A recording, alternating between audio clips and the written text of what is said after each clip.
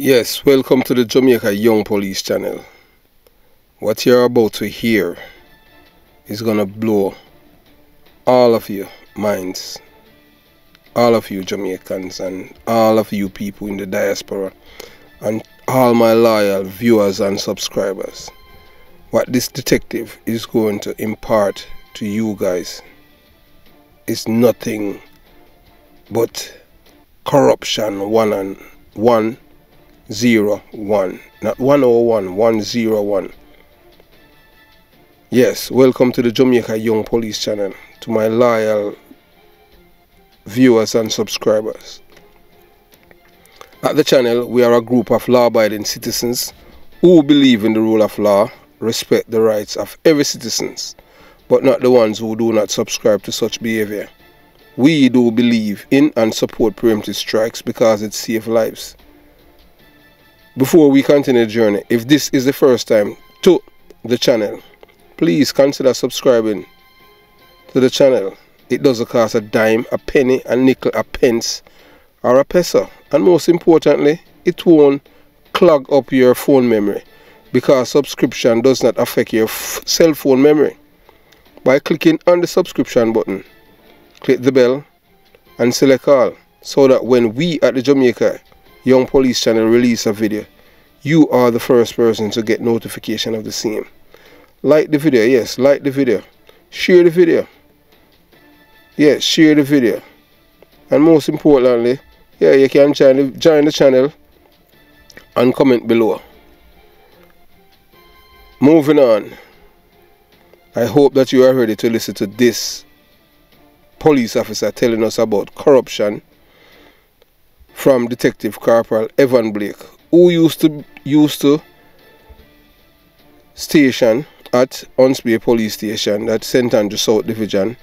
He used to station at Montego Bay, St. James, and St. Andrew North Division, Constant Spring Police Station. He's going to be telling us about the corruption done by senior police officers. Yes. So I am not going to play the entire video, you know. I want you to go over to his channel and check it out, because everything that he's saying, it is from direct and primary evidence, what he have seen, heard and felt. He's telling you what happened when he was a detective corporal in the police force and what senior police officers have done. And in one case, which occurred in the Constant Spring police area, I am not going to tell you the year or anything like that, a civilian who is a licensed firearm holder fired 6 shots at the police officer. He, along with another police officer, fired 6 shots at the police officer, detectives, in the Constant Spring police area. This individual was able to walk out of the Constant Spring police station, and you won't believe who was behind this matter. I am very disappointed to hear this about a police officer whom I used to look up to, until I found out that he was corrupt to the core. So Detective Corporal Blake, you know, he's going to tell you, but I'm not going to play the entire thing. I'm just going to give a synopsis. So I want you to go over to his channel and please subscribe to his channel and let him know that the Jamaica Young Police channel sent you over there, because this is an honorable police officer. So you listen, you watch, and you decide.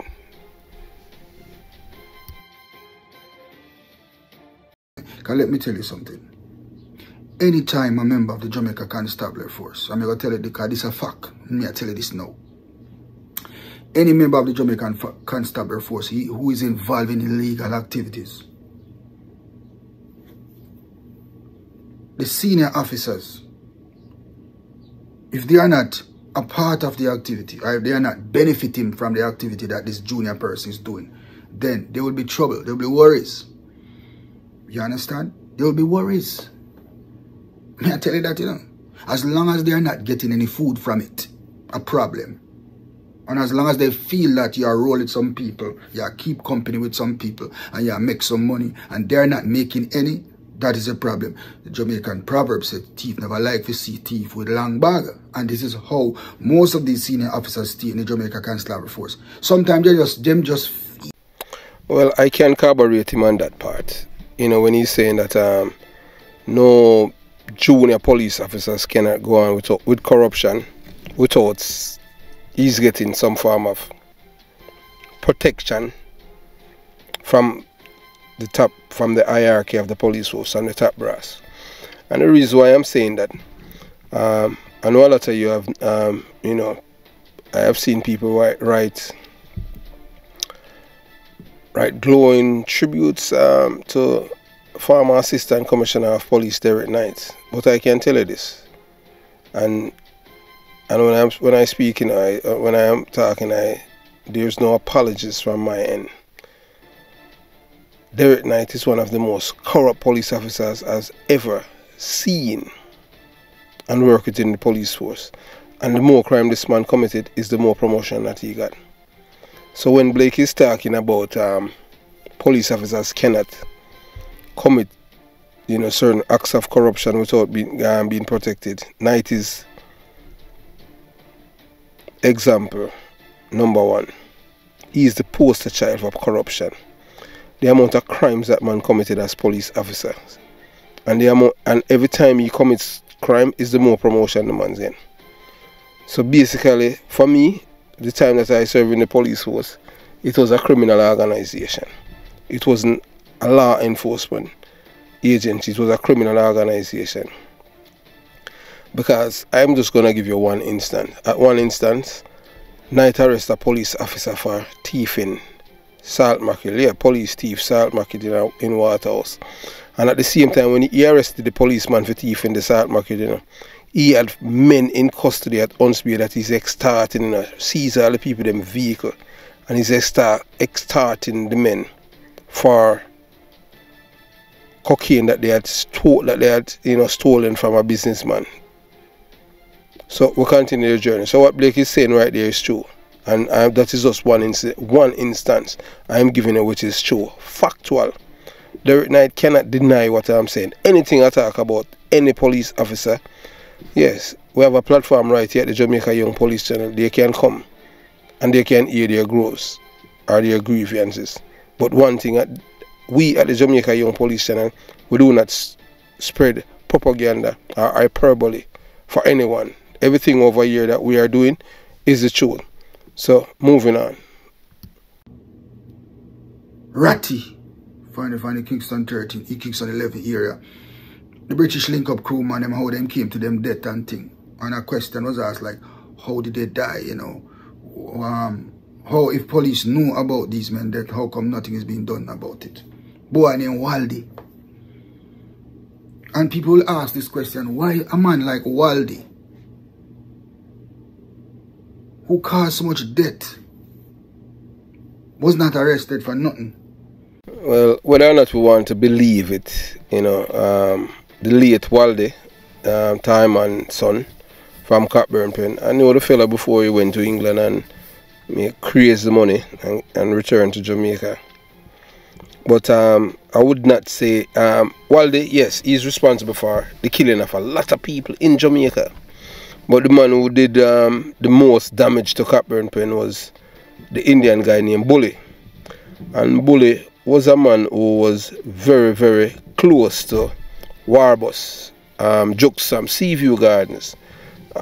And, you know, and most people don't even know the first rocket launcher that we found in Jamaica. It was brought into Jamaica by Warbus. Junior Williams, they call him Jugs and all kind of name. And you know, he was friends with Bully. Yeah, Bully was the devil incarnate, because he's the one that came there and started all the problem, killed Waldy father and all those things. So, you know, these guys, you know, they say a butter in a Benz is still a butter. They have money, but the ego get the better of them. They're just idiots. So we'll continue the journey. What Detective Corporal Blake is saying are factual, yeah. You know, Waldy was untouchable, and so was Bully in his time. until the leadership at Unspear changes. And I cannot, the reason why that part what Corporal Blake, so you'll have to go to his channel. That's Evan Blake. I'll put the description, I'll put the link to his channel to this video, and when you go there, just please subscribe to his channel and let him know that it's the Jamaica Young Police Senior. So we'll continue the journey. Right now, I hope you prepare for this one that you're going to hear, because not only that the man is talking, but he's calling names, so he's putting faces and names to corruption. And corruption, corruption are criminal acts. So, you watch, you listen, and you decide. Please, brother. I'm going to give you an example. One night I was working in the Kansas Spring area. We get some information from police control that gunmen were seen, suspicious men were seen at a certain premises. Now, Uptown area. Drive into the area, spot the car. Try to catch the car sped away. The corporal, we came out of the car. Ashman, I was there with Ashman. Me and Ashman was on the team together. Ashman, that police, trust me, never have no honesty to police work, no loyalty to police work. That's money, Yeah, so you hear what the police officer said about this detective. His name is Ashman. He's from St. Joseph Road and Kingston 13, where was a part of my police era. And I remember the first time I met this detective, and he was, he told me that he did not like me and Detective Corporal Gunton and Palmer and Rock Steven, and he hated Bobby Reds with a passion because because of police work. But as you heard, this man said, this was a detective, and the man was corrupt to the core. Anybody that this man sent to prison, Ashman, who used to be at Kansas Spring, is people who did not have money, and I can tell you that. So he was Meverell Smith's boy, and it is rumored, not only rumored, that he was a straight rear admiral. Yes, although he died in a crash and died in an accident, but he was a rear admiral. Yes, and even members of the Catholic Church up there by Kansas Spring, they used to whoop his ass. When he threw it up in the air, everybody tried to get how much jam out of it before it landed. So he was a rear admiral, and he got promotion very fast in the police force, although he was a crooked police officer. So we'll continue the journey to show you how the police force operates. We went there, and both of them jump into the car and sped away after we accosted them. But Ashman jump around the steering, and him can't drive stick. So we are running on the steering for you can't drive stick. Like him, he make the man him get away. Because when him jump into the car, me jump into the passenger seat, now we drive off, him stall the vehicle. Because he can't drive stick, so why you jumping on stick if you can't drive stick? Boy, them get away. Anyway, we were patrolling for the night, and my mind just a tick me, so go back down, they go check again. So me turn up on the street, me see a car turning at the same yard where them tell us if you check activities down there. Pull up at the gate, and there was a guy there, he just drove in at the yard, lock him gate. So we came out, where's my CIB vest, whatever, detective vest? And we said, good night, sir. We got some information that some suspicious activities were seen in this area, within the vicinity of your house. And he said to me, who no come here come fire shot? The man start behave a certain way. The next thing I observed is the man pull him gun out of him waist. I have it in his hand. So I said to him, sir. Boy, honestly, I applaud Blake, when he said, the man pulled a gun and had it in his hand, and he knew that they were police officers. I can tell you, I used to work with a police officer named Bobby Reds, and if an incident like that happened, I can tell you there was nobody there that would say restraint or a cease. Because right there, that is it doesn't matter. He could have money like Bill Gates. He would be straight to Madden. But apparently, the other detective that was there with Blake knew this man. But we continue the journey. But I would not give that man the chance to put in back his gun. He's out of order, but we continue. We are police officers. Why are you pulling your firearm? Why are you pulling your firearm? So I said to him, listen, since you pull your firearm, I have an M16 rifle.